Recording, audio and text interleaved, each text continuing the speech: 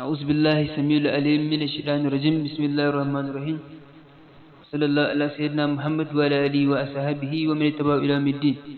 Assalamu alaikum warahmatullahi ta'ala barakatuhu masu kallon da sauraron mu insha Allah a yau a gidan wani TV na mai albarka muna dauke muku da karatu akan babin fada'ilul gusli, babin da zai mana bayani akan mustahabbin wanka.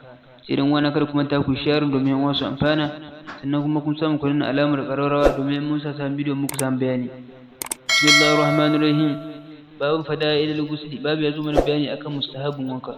Wa amma fada'ilul gusli, amma mustahabban wanka awwaluha na farko albada'u farawa bi ghusl al-adha da wanke dauda min jasadihi a jikin shi, su mai kamalu ala'i wudu'ihi sannan sai ya cike gaban alwalansa, wa ghusl ala qabla al-asfali sannan da wanke saman jikinka kafin ka zo ka wanke ƙasa, wa taslisu ghusli ra'sihi sannan ka wanke kanka su uku, wal bada'u fara bil mayami da daman maki wato hannun dama, in ka zo dama ka fara wanke dama, akan ka zo kafa ka fara wanke kafa na dama, kuma za ka fara da dama shine wal mayamin qabla al mayasir kafin hagu, wa qillatul ma'i karancin ruwa bila haddin babu iyaka, wa taqdimul wulu'i gabatar da alwala in sha an ka gana ma, wa in sha idan kuma ka gana ma akan zalika ka jinkirta haka ila akir guslihi zuwa ƙarshen wankan shi, wallahu a'lamu Allah shine mafi sani haka.